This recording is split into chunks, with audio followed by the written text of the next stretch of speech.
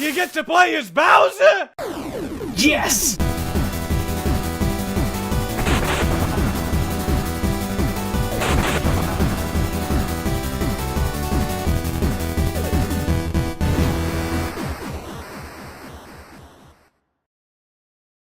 Katherine Revolution!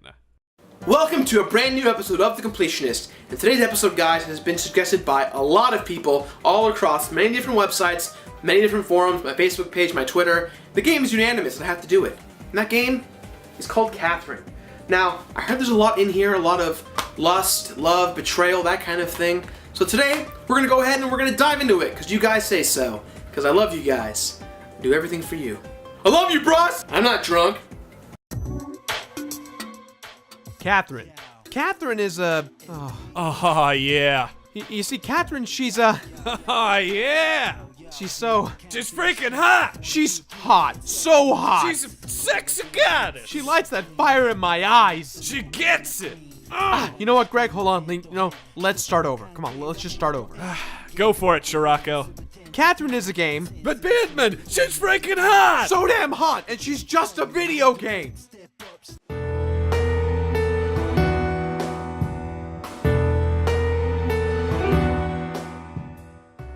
The story of the strange tale of Katherine is one that has not been told on such a wonderful scale before. Before we begin the story, you are prompted with an interesting and yet weird introduction to some type of television show called The Golden Playhouse. The host of this show, Trisha, tells us that she's going to take us on a magical journey that is very unique. A story within a story. Storyception. Greg, we already used an Inception joke a few weeks ago. Inception. So our story within a story begins with our main character, Vincent Brooks. He's dating his longtime girlfriend of 5 years named Katherine McBride. That's Katherine with the K. Super important to not get confused yet. She's upset with Vincent's lack of dedication to their relationship and wants nothing more than to tie the knot. In fear of this commitment, Vincent starts to do what most guys would do when they have female problems. Drink heavily. Enter Katherine with the C, a bussy blonde bombshell focused on being free and youthful. From there, he begins to have nightmares that he's in some type of demonic evil place, and for whatever reason, he has some features of a sheep, he's wearing polka-dotted boxers, and he's got a pillow. Just like every dream, right?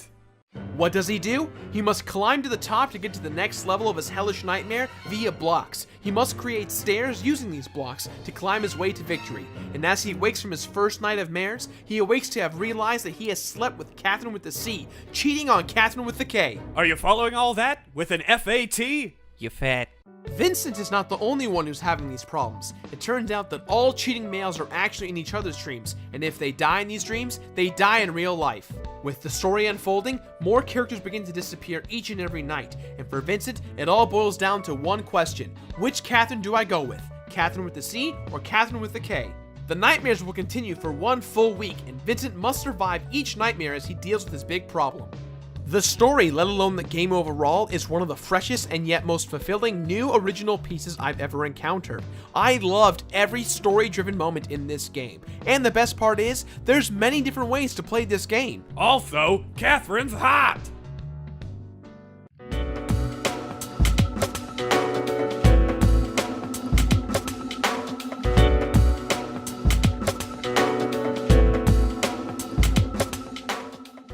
Designed heavily by the team behind the Persona series, this game looks and feels so awesome. Following that anime style, the 3D-based anime approach works incredibly well for the circumstances they have set up.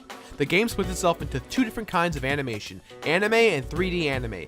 Cutscenes are mostly in 3D, but you'll learn to appreciate the great blend of the styles when the story gets really good. While the game takes place in several areas, you control Vincent in two primary areas: the stray sheep, the bar in which Vincent and his friends get trashed every night, or his nightmares, where he must climb.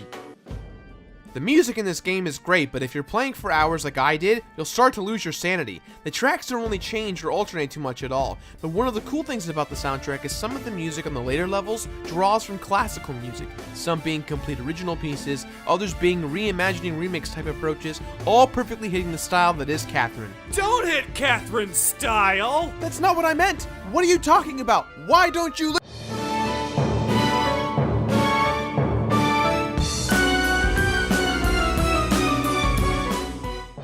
Katherine is not your average puzzle platformer type of game. Any difficulty you choose is quite grueling. It will require you to think on your feet the entire time. You have to play it standing up? The whole time? What? No, Greg, I was just... Is it for the Kinect? Katherine Kinect Sports 3? Her body is the controller! Woo! I'm going to split this game into two sections, the evening phase and the nightmare phase. In the evening phase, before the nightmare phase, you appear at the Stray Sheep.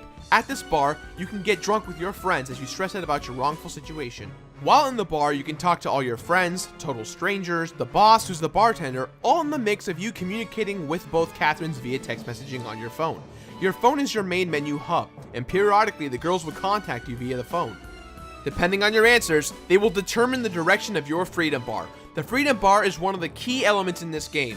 Whenever you say in important moments in this game, whenever you respond to a character's question, all determines what direction the freedom bar will go. Saying something truthful, morally sound, or just flat out civil will go towards the blue side, or law. Saying something mean, something obviously crude, or something pervertish towards Katherine with the C will go towards the red side, or chaos. This bar, while it does not change the gameplay too drastically, can have a major impact on the ending of this story. While in the bar, you can also play an arcade game called Rapunzel, which in many ways can prepare you for the nightmares in Katherine. This minigame is 64 levels of colossal hell. While this is a nice break, your soul and passion for this minigame will disappear as you progress. Level 1? I got this. Level 15? No worries. Level 38? It'll never end, will it? Not to mention, when you beat the first 64 levels, you will unlock the extra mode of another 64 levels, being 120 levels altogether. And trust me, it took a toll on me. What? I'm cooking, mama. The nightmare phase is where the true challenge and fun of Katherine really lies. Being a total of 9 nightmares, you must climb your way from the very bottom to the very top, pulling and pushing blocks in order to create the correct formation. Even though there are 9 nightmares total, that doesn't mean there's only 9 levels. Each nightmare has a different amount of levels, and as the nightmares go on, they obviously get harder. Suddenly blocks become unmovable, or they'll get cracked very easily and falling apart, ruining your formation, or there'll be spikes that you can go on and kill yourself, or there'll be ice blocks and you can slide to your death and die, or bombs that'll blow up almost half the level, or you can take the trampoline block. Funny how in all this madness of blocks, there's one block that actually doesn't kill you, but makes you feel like Superman! Like in most games, you get items that will help you scale in your adventure. You will also encounter enemies while you build your puzzles. These enemies are pretty simple to push out of the way, but they can also ruin a whole lot of your experience if not handled correctly, which brings me to my next point. The undo button! The undo button is a fantastic feature that will let you go back to your previous moves. Oh yeah, I use that in Word all the time. Control Z, baby! I make a lot of mistakes. This is great for those moments where something accidental happened or you got lost. You can go back up to 9 different moves, and on my first playthrough, this saved me more times than I can count. But if you play it on hard mode, the undo button is completely disabled, meaning you have to play the game perfectly without any undos. And I did this, and it hurt my soul. There, Shirako. You'll always be the laser clown in my eyes.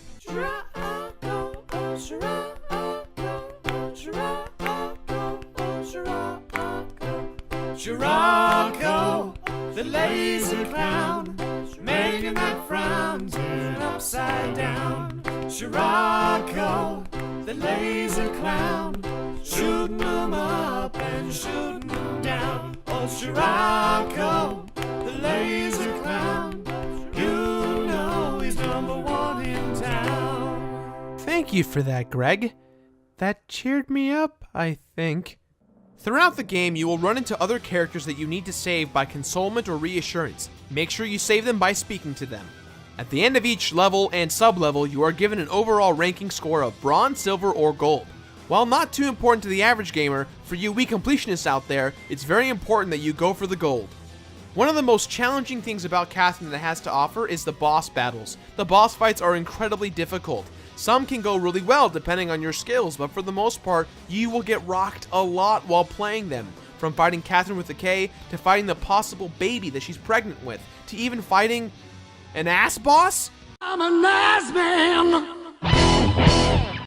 And yet, There's one boss fight that drove me up the wall, the Katherine with the C fight, because for whatever reason, you have Katherine with the K following you as you build your ladders and such. And I just have to say, this is how you break an otherwise perfect game. This AI is just god awful. It always gets in your way. It's incredibly irresponsive. This is one of those moments that really left a bad taste in my mouth. No, don't go back. No, you're dead. Oh, don't go on the spikes. No! That's it. I'm angry. That's it.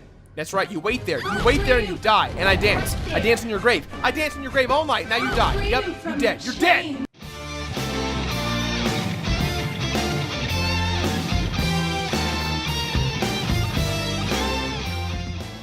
Spoiler, I'm going to reveal huge plot points from this game. If you don't feel like playing this game, then watch the review. If you want to, then just turn off the review. I won't get mad at you, but come back eventually. Seriously, come back, I need your views. So as you finish up your last few nightmares, Katherine with the K decides to dump you, despite the fact that you've got a clear head now.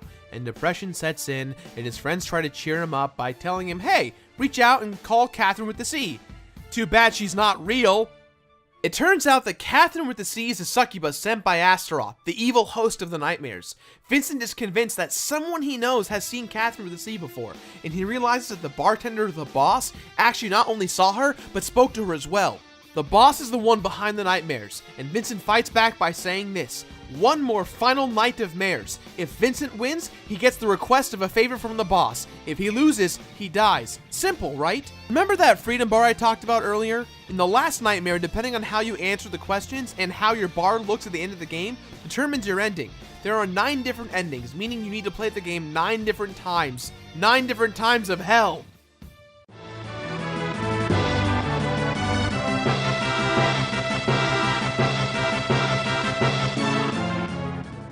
Getting all the trophies and achievements in Katherine is not worth it, and here's why. For starters, you need to literally beat the game 9 times, or complete hard mode with all the levels having 9 gold ranking statues, which I did, but it literally destroyed my gaming soul. Dare I say, it was harder than Super Meat Boy itself. The reason why someone would want to collect all 9 gold ranking statues is because once you do, you have the ability to skip all the levels, expediting the speed so that you can go ahead and beat the game quicker. After collecting 9 gold rankings on hard mode, you will unlock all the stages of Babel, a single player or cooperative mode that is literally more difficult than any stage on hard mode. The worst part about hard mode and Babel is that no matter how talented you are at puzzling, you are forced to use the mystery blocks that will literally make or break your experience, all based on chance. No matter what you do, you get to the very top, you're good to go. Step on that block, boom, gone. Random chance. With that in mind, this game gets my trophy hunting rating of forget it. Forget it! Katherine is one of the most fresh, fun, and new exciting pieces I've found in recent weeks. It was a blast playing it, I loved the story, the gameplay was there, and the presentation was spot on. With that in mind, this game gets my completionist rating of finish it. Finish it! She's hot! Aside from the bad AI and the really impossible difficulty on some levels that didn't need to be that hard, this game was almost perfect in my eyes. That is all the time I have for today, guys, so please, as always, leave a positive or negative comment in the boxes below. Also, don't forget your game suggestions for the future, and stick around. The month of love may be over, but I've got games that I didn't get to talk about for this month that I'm going to carry over into the month of March. Now, if you excuse me, guys, I'm going to go celebrate my 3rd anniversary with my girlfriend. And while I'm gone, you can rock out to the Shirako the Laser Clown theme.